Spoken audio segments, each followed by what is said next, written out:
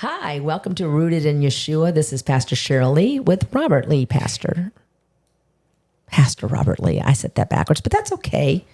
You have to love me. You can't trade me in. Today's topic is unfortunately not as fun as that line was. And Cheryl does stand-up comedy on Friday nights at 7 p.m. at the Cheesecake Factory. So just FYI. All right.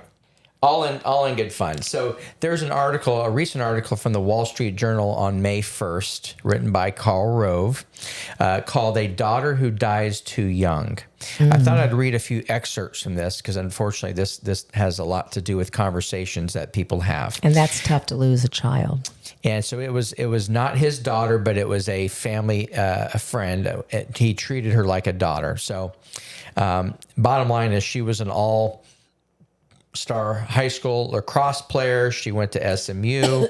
She had the resume that a lot of people want to have. She ended up going to graduate school.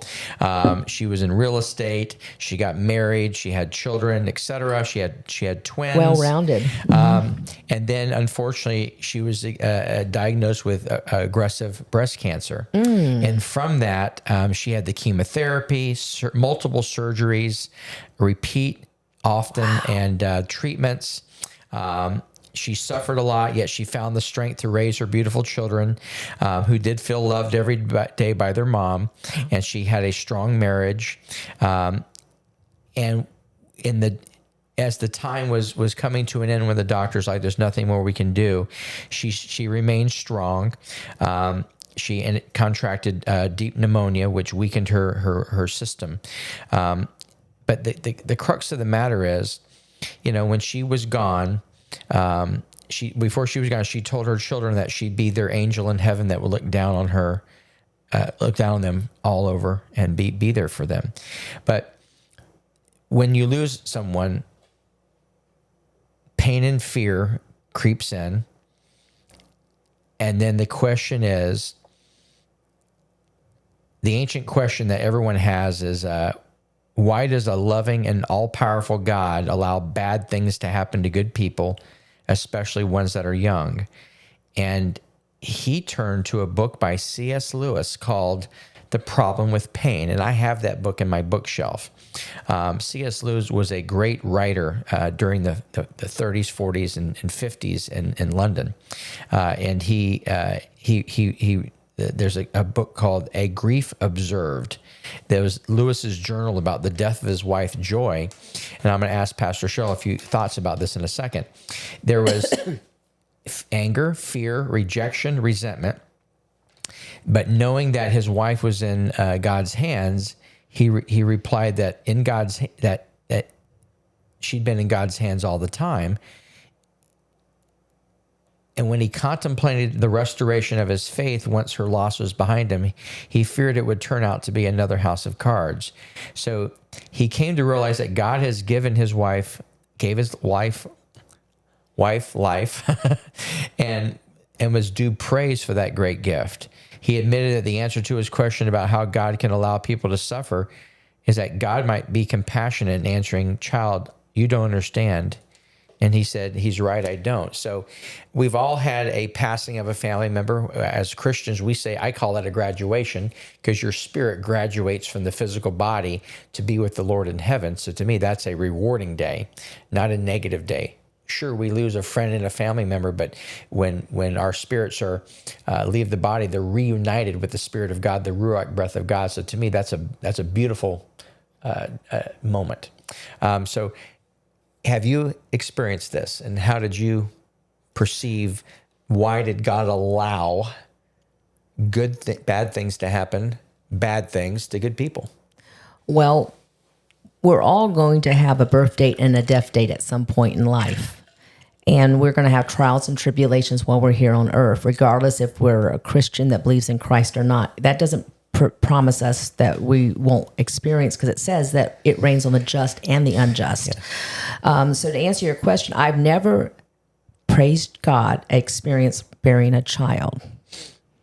but I have been around family members that the life was cut short. Wait, though you wanted to bury one of them. Well, yeah, I used to tell them, look, especially when they were 13 to 18, I would say, hey, I think I'm going to bury you in the backyard and dig you up when you're 18, because those were the tough years, no doubt.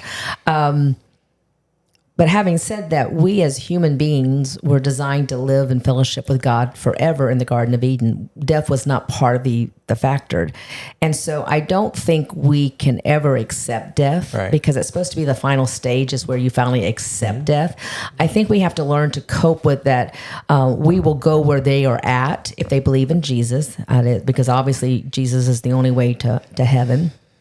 He's the only mediator. So we have to have faith that we know that we will see them again, that to be absent from the body is to be present with the Lord. So there is a physical death on earth, but the spiritual spirit goes to be with heaven. I met a woman, I wanted to say, and this was important. I met a woman in 1989. She was a Walmart door greeter. Back then, the senior citizens used to greet you with a big smile. It was kind of sweet. That was great, yes. And I was working there in the interim of looking for another job to work at for that period of my life, or that season. And I was up in the break room, and I engaged in a conversation with her, and I was amazed that she says, I've been married 3 times. And I thought, oh, so that means you went through 3 divorces. She said, no, I buried all 3 husbands. I was like, oh. And she had lost every child. And she had smiles on her face. She was the door greeter, so she always had but I was perplexed sitting there like, how can you keep that joy? And she says, oh, because I'm going to be where they're at one day. Absolutely. And so she never lost her faith in who God is and his promises, because she knew that, hey, remember Jesus wept when he approached the tomb for Lazarus. He was angry because at death, not at Martha, not at Mary, and nobody, at death in general, because that's not what we were designed. Therefore, he knew that he had resurrection power, and he brought Lazarus back to life. And he also was demonstrating, foreshadowing what would happen to him a few days later on the cross, that he would look like death had won, but in fact it didn't. So death should not scare Christians. Right. Mm-hmm. All right. That doesn't mean that we won't feel the tears, because when we weep, Jesus weeps. He wipes away our tears, and it says that he will water gardens with them, right? And in the ancient days, they used to collect the tears in a tear jar and put it in the tomb with the individuals, because they, it was a sign of how they missed that individual. So death is something that we all have to deal with.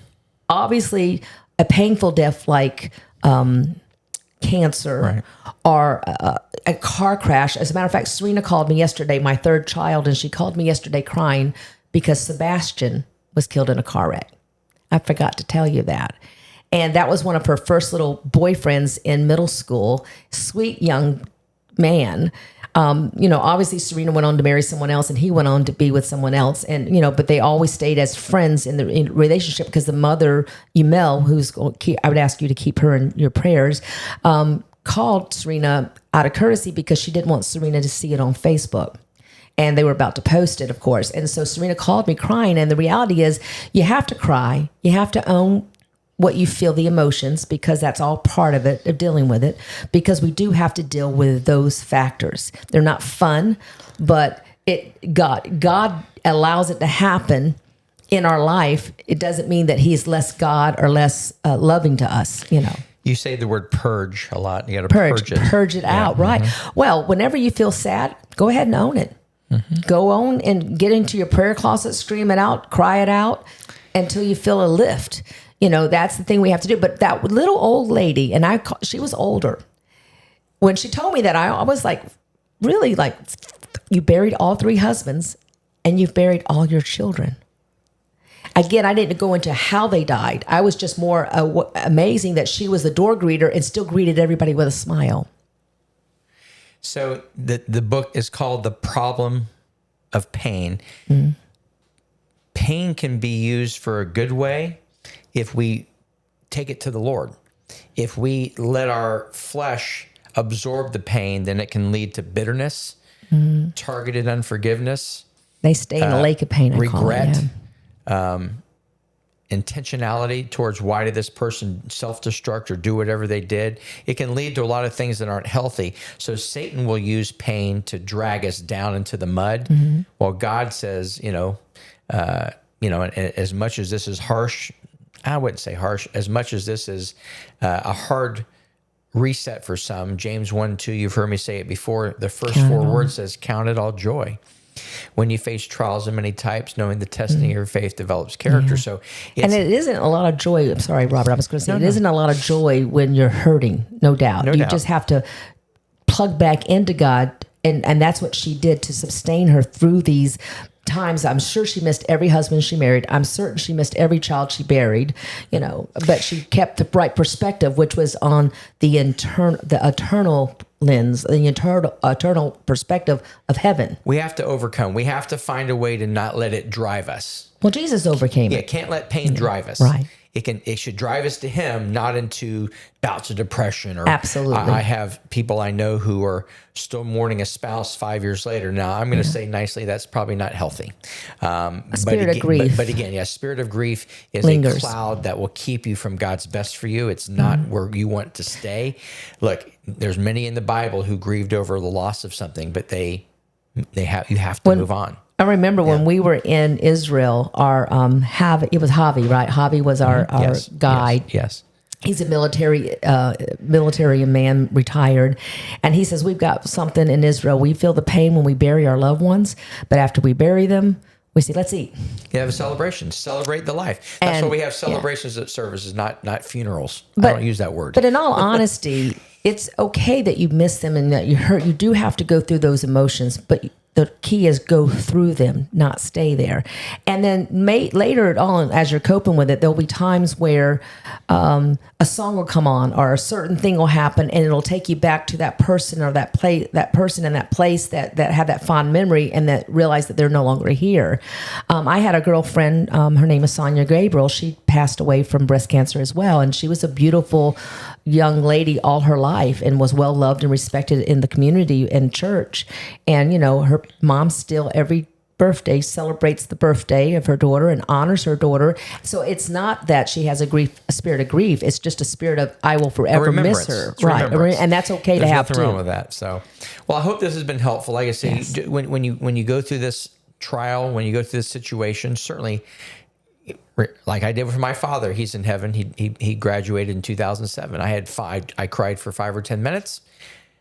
I purged it, and I focused though on the goodness of all the things he taught me. I handled it different than others. Right, I was going to I say. didn't walk around, woe is me, my dad's gone, boo-hoo. Right. I didn't do that. And everyone. We had a great relationship, and I'm happy for him. And on that note, everyone does handle grief differently. Right, that's Some fine. people don't need forever to understand because they already had been expecting it. You had accepted early on because he wasn't suffering anymore.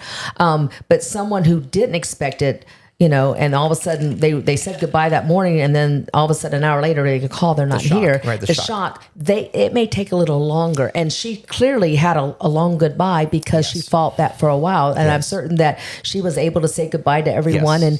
And with Mother's Day just around the corner here, we do want to definitely reach out and say, to her family that we're lifting you in prayers because this will be the first Mother Day that they have without their mom.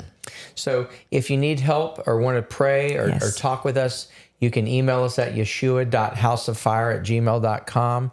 We're here for you in any way we can be. With that being said, we speak shalom. Yes, shalom.